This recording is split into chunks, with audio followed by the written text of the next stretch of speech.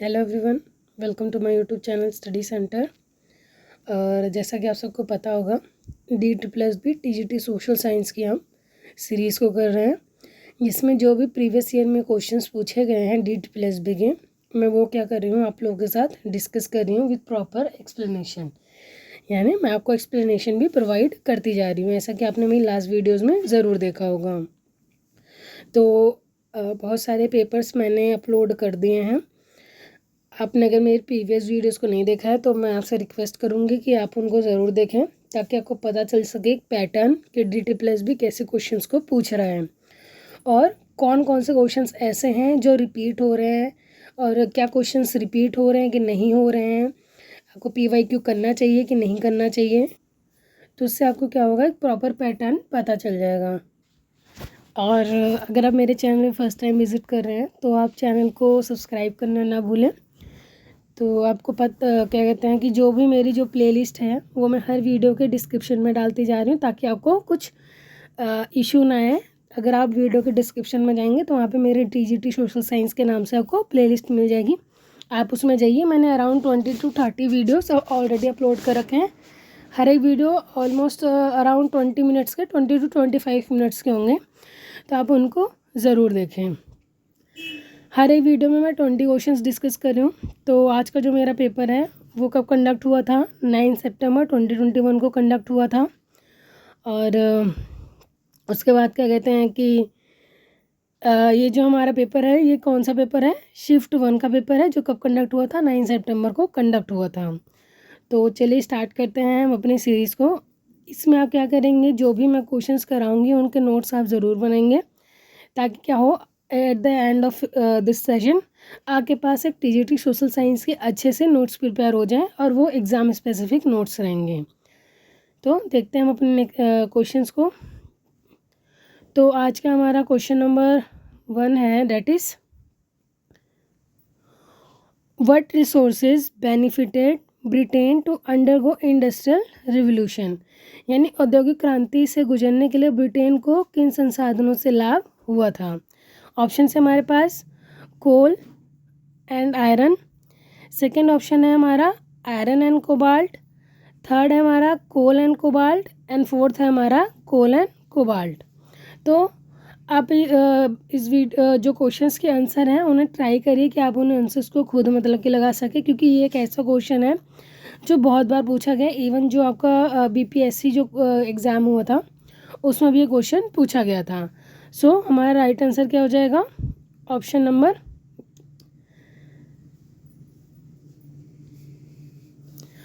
A will be our right answer. यानी कि आपको पता है कि इंडस्ट्रीज़ में बहुत ज़्यादा ज़रूरत होती है कोल की एंड आयरन की, बहुत ज़्यादा ज़रूरत होती है, क्योंकि बहुत सारे जो हमारा फर्स्ट था, जिस तरह बोलते हैं फर्स्ट रेवोल्यूशन, मतलब first Indian revolution first phase जो था, उसमें सबसे ज़्यादा क्या ज़रूरत है, हमें कोल एंड आयरन की ज़रूरत है। क्योंकि बहुत सारे जो आपके इंजन्स हैं, जैसे आपको पता होगा कि उस टाइम पे वेविंग इंजन्स बने एंड बहुत सारे टाइप्स के इन्वेंशंस हुए थे, जिसमें हमें कोल और आयरन की बहुत ज़्यादा ज़रूरत पड़ी थी। तो वहाँ पे क्या है, ब्रिटेन में ये दोनों संसाधन बहुत अच्छे से अवेलेबल है। तो वहाँ पे बोलते हैं कि इसीलिए इसने ब्रिटेन को बेनिफिट करा, और जो फर्स्ट इंडस्ट्रियल रिवोल्यूशन आया था वो कहाँ आया था, ब्रिटेन में ही आया था। तो हम इसके थोड़ा मतलब कि फैक्ट्स को भी देख लेते हैं। तो ये कुछ फेजेस हैं इंडस्ट्रियल रिवोल्यूशन के। मैंने आपको बताया कि 4 फेजेस में ये हुआ था।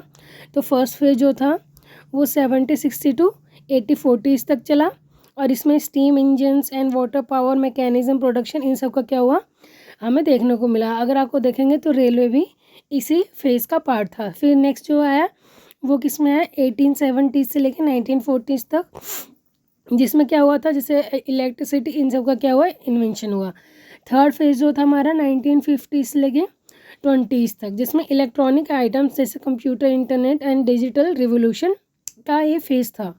और फोर्थ है जो अभी तक चल रहा है, जिसमें data exchange, AI, cyber physical system and human new waves, जो इंटरनेट कनेक्ट कर रहे हैं, उनका क्या चल रहा था, इसमें फेज़ चल रहा है। ठीक है, तो आई होप ये क्या कहते हैं क्वेश्चंस क्लियर होगा आपको। चलते हैं नेक्स्ट क्वेश्चन पर। नेक्स्ट क्वेश्चन है हमारा ट्राइबल मूवमेंट से रिलेटेड। तो मैंने आपको बताया है कि आप क्या करेंगे, आपको इंडियन रिवॉल्यूशन जो हुए हैं वो बहुत अच्छे से पढ़ना है। 1857 से बहुत सारे क्वेश्चंस पूछे जाते हैं हमारे। एंड ये जो हमारे ट्राइबल्स मूवमेंट्स हुए, सन्यासी मूवमेंट्स हुए, इनसे क्वेश्चंस ज़रूर पूछ लिए जाते हैं हमारे DSSB में। अगर आपने मेरी प्रीवियस वीडियोस को देखा होगा तो आपको पता होगा। तो हमारा आज का क्वेश्चन है दैट इज़, क्या कह रहे हैं, the tribal movement Santhal rebellion took place. तो संथाल्स, मुंडा एंड क्या कहते हैं हमारे सन्यासी, ये सारे रिबेलियंस आपसे डेट पूछ लेते हैं। तो इसमें पूछ रहा है कि वो कब हुआ था। ऑप्शन है हमारे पास 35 में, 40 में, 85 में एंड 45 में। तो मैंने इन ऑप्शंस को हिंदी में नहीं कन्वर्ट करा है। क्यों? क्योंकि ये जो आपके डेट्स हैं वो भी हिंदी में ऐसे ही रहेंगे। जहाँ जहाँ मुझे ज़रूरत लगी उनको मैंने हिंदी में कन्वर्ट कर दिया है।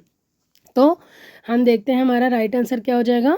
That is option number C हमारा क्या हो जाएगा राइट आंसर। तो यानी जो संथाल रिबेलियन था वो किस टाइम पे कंडक्ट हुआ था, 1855 में। चलते हैं नेक्स्ट क्वेश्चन पर, दैट इज क्वेश्चन नंबर 3। यहाँ पर देखिए फिर से मूवमेंट से ही रिलेटेड क्वेश्चन आ गया हमारा। मोपला मूवमेंट पूछा है, रिबेलियन मलाबार में हुआ था। और तेभागा मूवमेंट वो बंगाल के रीजन में हुआ था। ऑप्शंस है ओनली फर्स्ट यानी पहला सही है, या सिर्फ दूसरा सही है, या दोनों सही हैं, या फिर दोनों ही गलत हैं।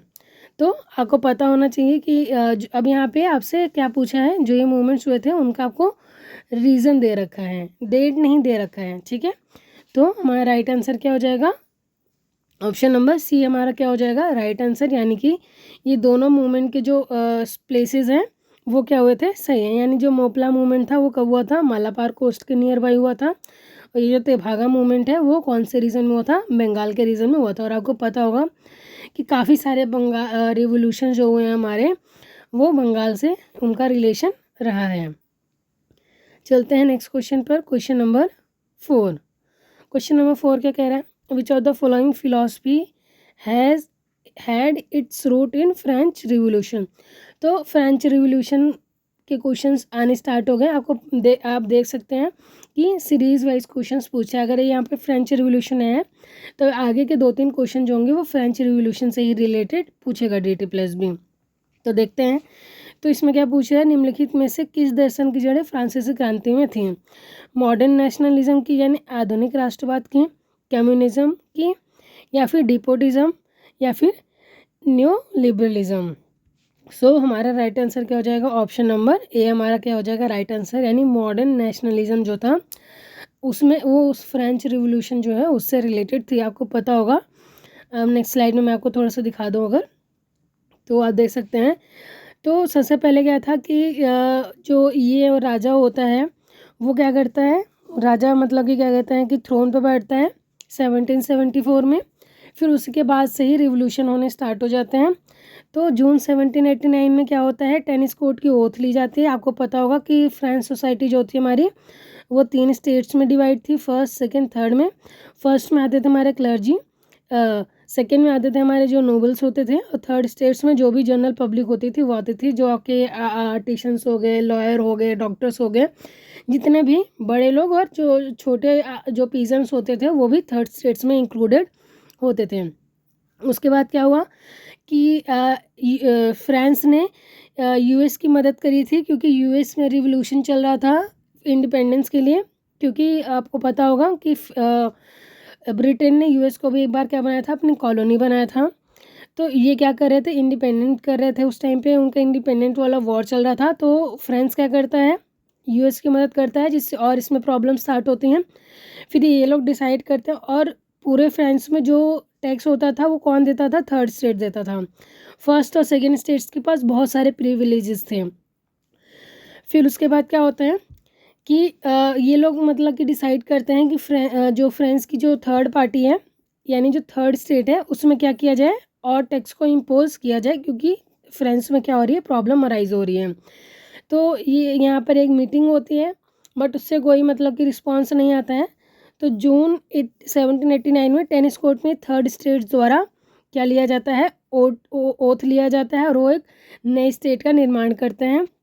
फिर जुलाई 89 में क्या होता है, जो बास्तिल का किला होता है उसमें क्या किया जाता है, आक्रमण किया जाता है, आपने इसको सुना होगा। फिर 90 में क्या होता है, सिविल कॉन्स्टिट्यूशन एट क्लर्जी ये बनाया जाता है। फिर जून 91 में क्या जैन 1901 में लुई 16 और मैरी एंटोनेट एक्सकेप हो जाते हैं। फिर उसके बाद मोनार्की को अबॉलिश किया जाता है सितंबर 92 में, और एग्जीक्यूट कर दिया जाता है जो हमारे किंग थे उस टाइम के लुई 16 को जैन 1793 में किंग को एग्जीक्यूट किया जाता है। फिर convention declare war on Britain, फिर ब्रिटेन पे वॉर डिक्लेयर करते हैं फेब 93 में, और रेन ऑफ टेरर एंड होता है 94 में। तो आपसे क्वेश्चन पूछ लेता है रेन ऑफ टेरर से रिलेटेड, तो आपका रेन ऑफ टेरर का राइट ऑप्शन हो जाएगा 1993 से 1994 में चलता है। रॉबस्पियर इसका क्या होता है, मेन लीडर होता है। फिर नेक्स्ट है हमारा 1755 से 99 तक डायरेक्टरी का फेज चलता है, जिसमें क्या होता है, नेपोलियन का राइज होता है, नए कॉन्स्टिट्यूशन को अडॉप्ट किया जाता है। देन नेपोलियन का एरा जाता है 1909 से 1815 तक। तो fall of directory, rise of consent, यानी नवंबर से क्या कहते हैं 99 से जो डायरेक्टरी बनी थी उसका फॉल होना स्टार्ट हो जाता है। फिर नेपोलियन अपने सिविल कोड देता है। नेक्स्ट होता है हमारा नेपोलियन क्या कहता है, खुद को एम्परर डिक्लेयर कर देता है दिसंबर 1804 में। फिर नेपोलियन डिफीटेड इन रशिया। फिर आपको पता होगा कि अपने एरिया का, अपने टेरिटरी को एक्सपेंड करने के लिए नेपोलियन बहुत सारे वॉर्स लड़ता है, बट क्या करता है, रशिया के साथ वो डिफीट हो जाता है, रशिया उसे डिफीट कर देता है। नेक्स्ट क्या होता है, जो 1850 में फिर आपको पता होगा वाटरलू की लड़ाई होती है, जिसमें नेपोलियन को हरा दिया जाता है और इसे एग्जाइल कर दिया जाता है फ्रांस से। एंड 1850 में जो मोनार्की थी उन्हें दोबारा रिस्टोर किया जाता है फ्रांस में। तो ये एक प्रॉपर टाइम लाइन है जिसका आप नोट्स बनाएं, ताकि आप क्या कर सके, इसे अपने पास अच्छे से रख सके और इसे बार बार देखेंगे। इससे आपको क्या होगा, पूरे फ्रेंच रिवोल्यूशन में जो भी हुआ है टाइम लाइन के थ्रू आपको याद हो जाएगा।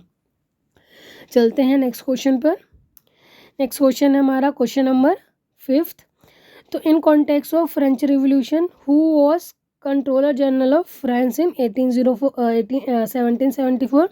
तो आपको पता होगा यही ईयर था जिस टाइम पे क्या करते हैं, लुई 16 क्या करता है, एम्परर बनता है। और इसमें हमसे पूछ रहा है कंट्रोलर जनरल के बारे में, और वो भी यानी फाइनेंस मिनिस्टर कौन था। तो आपको पता होगा कि फाइनेंस मिनिस्टर बनाता है स्टेबिलिटी लाने के लिए लुई 16, लेकिन कुछ वो अचीव नहीं कर पाता। एट देन उनको थर्ड स्टेट पर ही टैक्स को इम्पोज करने का वो डिसीजन लिया जाता है। तो इसका राइट आंसर क्या हो जाएगा, ऑप्शन नंबर ए हमारा क्या हो जाएगा राइट आंसर। तो एनी रॉबर्ट टुर्गो क्या होता है 1774 में हमारा फ्रांस का फाइनेंस मिनिस्टर बनाया जाता है। नेक्स्ट चलते हैं नेक्स्ट क्वेश्चन पर, that is question number next question है हमारा क्वेश्चन नंबर 6। ये भी क्या है, हमारा फ्रेंच रिवोल्यूशन से रिलेटेड है। In context of French revolution which among the following did not deal with finance in France. तो कौन था जो फ्रांस से रिलेटेड नहीं है।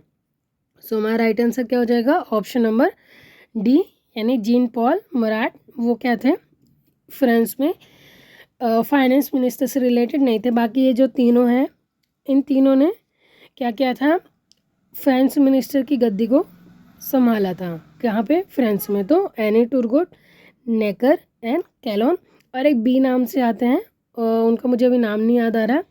उन्होंने भी क्या कहते हैं फ्रांस में फाइनेंस मिनिस्टर की गद्दी संभाली थी। तो फ्रांस में 4 फाइनेंस मिनिस्टर बदले जाते हैं विद इन 20 ईयर्स। तो बहुत सारे मतलब कि फाइनेंस मिनिस्टर चेंज किए जाते हैं फ्रांस में, और जो जीन पॉल मरात है उनका इनसे कोई लेना देना नहीं है।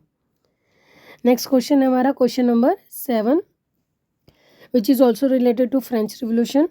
इन which year did Marie Antoinette got caught in between a scandal of diamond necklace. यानी किस वर्ष में मैरी एंटोनेट जो हीरे के हार का घोटाला था उस बीच फ्रांस में फंसी थी। तो इसका राइट आंसर क्या हो जाएगा, ऑप्शन नंबर सी, यानी 1785 में हीरे के जो मतलब हार का घोटाला था उसमें ये फंसी थी। नेक्स्ट क्वेश्चन है हमारा question number 8। The French revolution enter in most वॉलेंट phase the rain of terror in dash year. तो अभी मैंने आपको रेन ऑफ टेरर के बारे में बताया था, यानी फ्रांसीसी क्रांति में सबसे हिंसक चरण आतंक प्रवेश किया। तो इसका राइट आंसर क्या हो जाएगा? ऑप्शन नंबर डी, मतलब कि 1994 में। तो ये जो मतलब कि रेन ऑफ टेरर था ये एंड होने को आ जाता है, स्टार्ट होता है ये 1793 में। तो अगर आपको 1793 ऑप्शन मिलेगा तो आप उसे क्लिक करेंगे, ठीक है। और 1793 से कब तक चलता है ये? 1794 में। और इसका लीडर कौन होता है? लीडर होता है हमारा रॉबेस्पियर, ठीक है, जो क्या करता था? सबको एग्जीक्यूट करता था। नेक्स्ट चलते हैं क्वेश्चन नंबर 9। तो ये क्वेश्चन है आपका, when did revolt of 1857 start? तो 1857 का विद्रोह कब शुरू हुआ था? 10 मई 1857, 11 मई 1857, 12 मई 1857 या फिर 13 मई? तो आप सबको पता होगा इसका राइट आंसर क्या हो जाएगा? ऑप्शन नंबर ए हमारा क्या हो जाएगा? Right answer. बट आपको ये भी पता होगा कि 10 मई को तो स्टार्ट हुआ था, लेकिन इसकी जो स्टार्टिंग होती है वो बहुत ही पीछे होती है, जब मंगल पांडे क्या कर देते हैं? ओपन फायर कर देते हैं अपने जो उनके सीनियर्स होते हैं। क्योंकि इसका मेन रीज़न क्या था? एनफील्ड राइफल, जिसमें काऊ एंड पिग की चर्बी डाली जा रही थी, ठीक है। तो थोड़ा अगर हम इसके बारे में देखें तो रिवोल्ट ऑफ 1857, तो सबसे पहले आपको पता होना चाहिए, ये आपसे कई बार क्या कहते हैं? कॉजेस पूछेगा, एंड समटाइम्स क्या करता है? ये आपसे लीडर पूछता है और किसने सरपास किया ये भी पूछता है, ओके। तो सबसे पहले यहाँ पर क्या कहते हैं कि पॉलिटिकल आपको पता होगा कि ब्रिटिश ने डॉक्ट्रिन ऑफ लैप्स लगाया था, जिसे क्या करते थे? जो भी हमारे किंग्स वगैरह थे उनसे उनके जो कोई हेरिटेज नहीं था या हेयर नहीं होता था, तो वो क्या करते थे उसमें, मतलब इसको बोलते हैं विलय नीति, जो अपने में मिला लेते थे उसके राज्य को। फिर क्या था? मिलिट्री में आपको पता होगा कि जो इंडियन मिलिट्री सोल्जर्स होते थे उनको इन्फीरियर ट्रीट किया जाता था और कभी भी ऊंचे पदवी पर नहीं रखा जाता था। ये थोड़ा सा रेशियल डिस्क्रिमिनेशन होता था इंडियंस के साथ। फिर इकोनॉमी में क्या होता था? हायर टैक्स हमारे ऊपर इम्पोज कर दिए गए थे। नेक्स्ट, सोशल रिलीजन में स्प्रेडिंग ऑफ वेस्टर्न सिविलाइजेशन बहुत ज़्यादा बढ़ रहा था। और इमीडिएट कोर्स, जैसा कि मैंने अभी आपको बताया, इनफील्ड राइफल, जिसमें क्या होता था? काऊ एंड पिग का फैट डाला हुआ था, जो कि हम आपको पता है कि रिलीजियस के लिए बहुत ही ज़्यादा इम्पॉर्टेंट फैक्टर था। अब अगर हम देखें तो दिल्ली से बहादुर शाह जफर लीड कर रहे थे, लखनऊ से बेगम हजरत महल, कानपुर से नाना साहब, झांसी ग्वालियर से रानी लक्ष्मीबाई एंड तात्या टोपे, बरेली से खान बहादुर खान, बिहार से कुंवर सिंह, और इलाहाबाद और बनारस से कौन लीड कर रहे थे? मौलवी लियाकत अली। और इनको सरपास किसने करा था? बहादुर शाह जफर को जॉन निकोलस ने किया था। और इसी के बाद इनको रंगून भेज दिया जाता है, एग्जाइल कर दिया जाता है। बेगम हजरत महल को हेनरी लॉरेंस ने किया था। नाना साहब को सर कॉलिन कैम्पबेल ने किया था। रानी लक्ष्मीबाई को जनरल ह्यूज रोज ने किया था। खान बहादुर खान को सर कॉलिन कैम्पबेल ने किया था। और कुंवर सिंह को विलियम टेलर ने, एंड मौलवी लियाकत अली को कॉर्नल वंसल ने किया था। तो ये कुछ क्या कहते हैं कि रिवॉल्ट्स थे जिनको ब्रिटिशर्स ने सरपास किया था। और आपको पता होगा कि फेल क्यों हुआ था ये रिवॉल्ट? तो नो लिमिटेड अपराइजिंग, यानी प्रिंसली स्टेट जो थे वो सदर्न प्रोविजंस के थे, उन्होंने ज्वाइन नहीं करा था। और नॉर्थ में भी जो कुछ ऐसे थे जो मतलब कि बिग हम बोल सकते हैं प्रिंसली स्टेट्स, उन्होंने भी ब्रिटिशर्स का सपोर्ट किया था। और कोई इफेक्टिव लीडरशिप नहीं थी, क्योंकि खान बहादुर शाह जफर जो कि क्या थे? अराउंड 90 ईयर्स के थे, तो ये अच्छे लीडर नहीं हो पाए उस टाइम पे। नेक्स्ट है लिमिटेड रिसोर्सेज, हमारे पास लिमिटेड रिसोर्सेज थे। मैन, मनी और आर्म्स की हमारे पास क्या थी? कमी थी।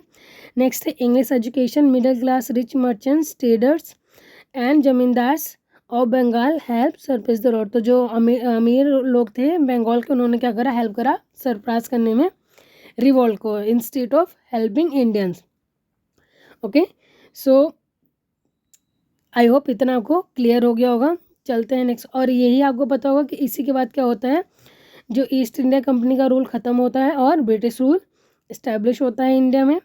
एंड वाइसराय की उपाधि दी जाती है गवर्नर जनरल को रिप्लेस करके। डॉक्ट्रिन ऑफ लैप्स को अबॉलिश किया जाता है। और जो मतलब कि इंडियन सोल्जर्स थे उनकी जो पोजीशंस थे उनको थोड़ा बहुत इंक्रीज़ किया जाता है after this revolt. But still हमें इंडिपेंडेंस नहीं मिली है। नेक्स्ट चलते हैं क्वेश्चन नंबर 10। क्वेश्चन नंबर 10 क्या कह रहे हैं? Who led the revolt of 1857 in Kanpur. तो जस्ट अभी हमने इसको किया था, तो मैं आपको एक बार दोबारा अगर स्लाइड दिखा देती हूँ तो आपको पता है यहाँ पर कानपुर से नाना साहब ने लीड किया था। सो हमारा राइट आंसर क्या हो जाएगा? ऑप्शन नंबर डी हमारा क्या हो जाएंगे राइट आंसर। तो कानपुर से नाना साहब ने इस रिवोल्ट को क्या किया था? लीड किया था। इसके बाद इनको ग्वालियर भेज दिया जाता है। नेक्स्ट क्वेश्चन हमारा question number 11, who was the president of Indian national Congress during first session. तो आपको इंडियन नेशनल कांग्रेस के बारे में पता होना चाहिए। 1885 में इसका क्या होता है? इस्टेब्लिशमेंट होता है दिसंबर में। एंड क्या कहते हैं कि एक लाइब्रेरी थी, वहाँ पे इसको इस्टेब्लिश किया जाता है।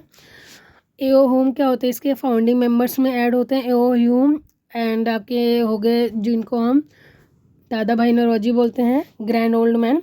ये कुछ ऐसे मेंबर्स थे जो क्या कहते हैं इसको फाउंडिंग मेंबर्स होते हैं इसके।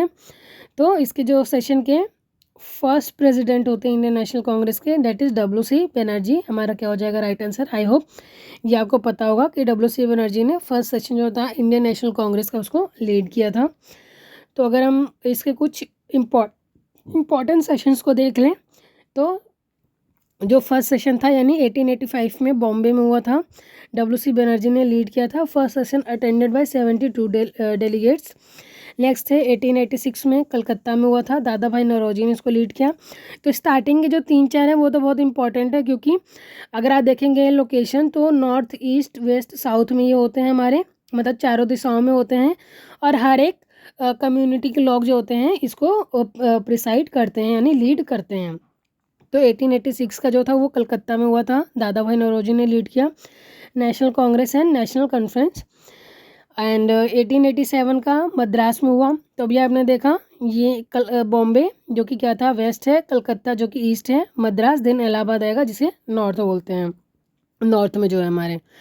तो मद्रास में हुआ था जिसे सैयद बदरुद्दीन तैयब ने, जो कि मुस्लिम कम्युनिटी से बिलोंग करते थे। तो इसमें इंपॉर्टेंट क्या हुआ था? Appeal made to Muslim to join hand with other national leaders. फिर हमारे 88 वाला फोर्थ जो हुआ था वो इलाहाबाद में हुआ था, जिसे प्रिसाइड किसी ने करा था? जॉर्ज यूल ने, जो कि नॉन इंडियन थे यानी ब्रिटिश मेंबर थे। फर्स्ट इंग्लिश प्रेसिडेंट बने थे। 96 कलकत्ता हुआ, रहमतुल्ला एम सयानी ने लीड किया। इसमें नेशनल सॉन्ग वंदे मातरम संग फॉर द फर्स्ट टाइम। तो वंदे मातरम पहली बार 1896 वाले सेशन में जो कि कलकत्ता में हुआ था उसमें गाया गया था। ये भी क्वेश्चन पूछ लेता है। नेक्स्ट है 1905 वाला, जो कहाँ हुआ था? बनारस में हुआ था, गोपाल कृष्ण गोखले ने किया था। और इम्पॉर्टेंट क्या हुआ था इसमें? Express resentment against the partition of Bengal. तो जो पार्टीशन ऑफ बंगाल था उसके अगेंस्ट में यहाँ पे गुस्सा और क्रोध को दिखाया गया था। नेक्स्ट है 1907 वाला, जो कहाँ हुआ था? सूरत में हुआ था, रासबिहारी घोष द्वारा। और आपको पता होगा इसी में जो कांग्रेस है वो 2 पार्ट्स में स्प्लिट्स हो जाती है, एक्सट्रीमिस्ट और मॉडरेट्स के बीच में, क्योंकि लोग चाहते थे बाल गंगाधर तिलक को, जो मॉडरेट्स थे वो चाहते थे रासबिहारी घोष को लीडर बनाना, और जो एक्सट्रीमिस्ट थे वो चाहते थे या तो लाला लाजपत राय बने या फिर बाल गंगाधर तिलक क्या करे इस प्रेसिडेंट बने इंडियन नेशनल कांग्रेस का। इसी वजह से क्या हो जाता है? इंडियन नेशनल कांग्रेस में स्प्लिट हो जाता है। नेक्स्ट हमारा हुआ था 1909 लाहौर में हुआ था, जिसे मदन मोहन मालवीय ने लीड किया था। Indian council act 1909 come into effect. तो इंडियन काउंसिल एक्ट 1909 इसमें आया था। तो आपको पता होगा 1909 एक्ट कौन सा था, आप इसे कमेंट बॉक्स में ज़रूर मेंशन करेंगे। नेक्स्ट हमारा 1911 वाला कलकत्ता, जिसको किसने करा था? बिसार नारायण दर ने जन मन गण संग फॉर द फर्स्ट टाइम। तो जन मन गण 1911 वाले में फर्स्ट टाइम गाया गया था, और वंदे मातरम 1896 वाले में गाया गया था। नेक्स्ट है हमारा 1916 में, जो कि लखनऊ में हुआ था, अंबिका चरण मजूमदार। और ये क्या होता है? लखनऊ पैक्ट साइन होता है जिसमें joint session with Muslim league होता है। नेक्स्ट है 1917 कलकत्ता में हुआ था, एनी बेसेंट फर्स्ट फीमेल या फिर फर्स्ट वुमन जिन्होंने प्रिसाइड करा प्रेसिडेंट बनी इंडियन नेशनल कांग्रेस की। फिर 1925 वाला कानपुर में हुआ, और ये सरोजिनी नायडू ने लीड करा था। ये फर्स्ट इंडियन वुमेन प्रेसिडेंट जो इंडियन नेशनल कांग्रेस को क्या करती हैं? लीड करती हैं। तो आई होप इम्पोर्टेंट जो सेशन हुए थे वो क्लियर हो गए होंगे। इससे पहले वाला 1924 में होता है, जो कि बेलगांव में होता है, और जिसे किसने करा था, महात्मा गांधी जी ने लीड करा था। ठीक है, चलते हैं नेक्स्ट क्वेश्चन पर। Question number 12, who was the editor of newspaper Bengali. तो बंगाली न्यूज़पेपर के संपादक यानी कौन था एडिटर, तो राइट आंसर क्या हो जाएगा, SN बनर्जी हमारे क्या हो जाएंगे, राइट आंसर। नेक्स्ट क्वेश्चन है हमारा question number 13, who gave the drain theory which proposed that British exploited India economically and send resources back to India। यानी ड्रेन थ्योरी किसने दी थी, जिसमें ये कहा गया था कि जो ब्रिटिश है वो इंडियन को एक्सप्लॉइट करें इकोनॉमिकली, और जो इंडिया के रिसोर्सेज हैं वो कहाँ भेज रहे हैं, ब्रिटेन में भेज रहे हैं। तो इसका राइट आंसर क्या हो जाएगा, ऑप्शन नंबर ए, दादा भाई नौरोजी, जिन्हें हम ग्रैंड ओल्ड मैन इंडिया के नाम से भी जानते हैं। और आपने देखा था कि जो सेकेंड सेशन हुआ था इंडियन नेशनल कांग्रेस का, उन्होंने उसको क्या किया था, लीड किया था, और इनकी ही ड्रेन थ्योरी है जो इन्होंने दी थी, जिसमें इन्होंने क्या एक्सप्लेन किया था कि जो ब्रिटिशर्स हैं वो इंडियंस को एक्सप्लॉइट कर रहे हैं इकोनॉमिकली, और जो हमारे रिसोर्सेज हैं वो ब्रिटेन में लेकर जा रहे हैं। नेक्स्ट क्वेश्चन है हमारा question number 14, who attack the moderates using safety wall theory. मतलब सेफ्टी वॉल थ्योरी कह के मॉडरेट्स पर यानी नरम पत्तियों पर किसने अटैक किया था। तो इसके राइट आंसर कौन हो जाएंगे, लाला लाजपत राय, जिन्होंने क्या किया था कि जो मॉडरेट्स हैं वो क्या हैं, safety wall theory Indian national Congress को बना रहे हैं। नेक्स्ट क्वेश्चन हमारा question number 15, in which year Poona सार्वजनिक सभा फॉर्म। तो पूना सार्वजनिक सभा किस टाइम पे बना था, 1870s में बना था। और इससे इंडियन नेशनल कांग्रेस से पहले जो भी मतलब कि सभा या फिर बनी थी, आप उनको एक बार नोट्स बना के ज़रूर याद कर लेंगे, कई बार आपसे पूछ लेता है, मैचिंग में भी आपसे पूछ सकता है। नेक्स्ट क्वेश्चन है question number 16, it is in 1905 the Russian parliament was also known as. यानी 1905 में रशियन पार्लियामेंट किस नाम से जाना जाता था। तो इसका राइट आंसर क्या हो जाएगा, ड्यूमा, इसका क्या हो जाएगा राइट आंसर। तो हम रशियन रिवॉल्यूशन को एक फ्लो चार्ट के थ्रू समझने की कोशिश करते हैं। तो सबसे पहले क्या होता है, 1900 में ज़ार निकोलस सेकेंड रशिया के थ्रोन पर बैठता है। नेक्स्ट 1904 में Russia suffer humiliating defeats war against Japan. तो जापान के अगेंस्ट क्या होता है, हार जाता है। नेक्स्ट होता है 1905 में आफ्टर ब्लडी संडे। तो आपको पता होगा 1905 के जैन में ब्लडी संडे का इंसिडेंस हैपन होता है।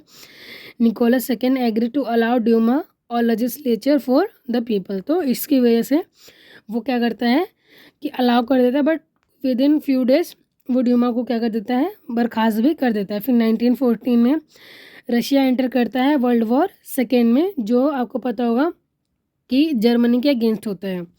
नेक्स्ट हो गया है 1917 मार्च में revolt in Petrograd forces the tsar to abdicate, provisional republic was established. यानी जो आपको पता होगा कि 2 रिवोल्ट हुए थे, एक फैब में एक अक्टूबर में, और जो रशिया का कैलेंडर है वो पीछे चलता है। तो जो उनका फैब में चल रहा था वो वर्ल्ड में मार्च में चल रहा था, और जो उनका अक्टूबर में चल रहा था वो वर्ल्ड में नवंबर में चल रहा था। तो 1917 वाले रिवोल्ट में जो एम्परर थे उनको हटाया जाता है, और उसके बाद जो अक्टूबर वाला रिवोल्यूशन होता है 1917 का, उसमें बोल्शेविक टेक कंट्रोल। जो बोल्शेविक्स होते हैं वो कंट्रोल कर लेते। तो आपको पता होगा बोल्शेविक पार्टी वहाँ पे बनाई गई थी, जो बाद में स्प्लिट हो जाती है बोल्शेविक और मेंशेविक में। और बोल्शेविक को कौन लीड कर रहे थे, लेनिन लीड कर रहे थे। नेक्स्ट क्वेश्चन नेक्स्ट आता है हमारा 1980 से 21, Bolshevik red flag fight and win civil war against white army. तो फिर इसमें सिविल वॉर भी होता है। आपने देखा होगा कि जहाँ पे इंडिपेंडेंस आती है वहाँ पे सिविल वॉर ज़रूर देखने को मिलता है, क्योंकि बहुत सारे मतभेद होते हैं आपस में ही कंट्रीज़ के बीच में। फिर 1922 में Lenin establish the union of Soviet socialist republic, जिसे हम USSR के नाम से भी जानते हैं, under the control of communist party. Next 1929 में Stalin become the sole ruler of the USSR and created a totalitarian state. फिर उसके बाद 29 में स्टालिन के पास क्या आ जाती है, पूरी कंट्रोल आ जाती है। नेक्स्ट क्वेश्चन है हमारा question number 17, which treaty ended the Russo Japanese war of 1904-1905। तो अभी हमने फ्लो चार्ट में देखा था कि 1995 में क्या होता है, वॉर होता है जापान में, जिसमें क्या होता है, रशिया हार जाता है। तो ये किसे क्या कहते हैं कि एंड होता है, एक ट्रीटी साइन की जाती है जिस ट्रीटी का क्या नाम था, ट्रीटी ऑफ पोर्ट्समाउथ। इसकी वजह से क्या होता है, ये वॉर एंड होता है। नेक्स्ट क्वेश्चन है क्वेश्चन नंबर 18। क्वेश्चन नंबर 18 क्या कह रहे हैं, name the revolution that was based on concrete and explicit theory of revolution. यानी कि ठोस और स्पष्ट सिद्धांत के आधार पर कौन सी मतलब कि क्रांति आधारित थी। तो इसका राइट आंसर क्या हो जाएगा, ऑप्शन नंबर ए हमारा क्या हो जाएगा राइट आंसर। तो अभी मैंने आपको एक फ्लो चार्ट की हेल्प से पूरे रशियन रिवोल्यूशन को एक्सप्लेन किया था। आई होप आपने नोट्स बना लिए होंगे। चलते हैं नेक्स्ट क्वेश्चन पर, क्वेश्चन नंबर 19।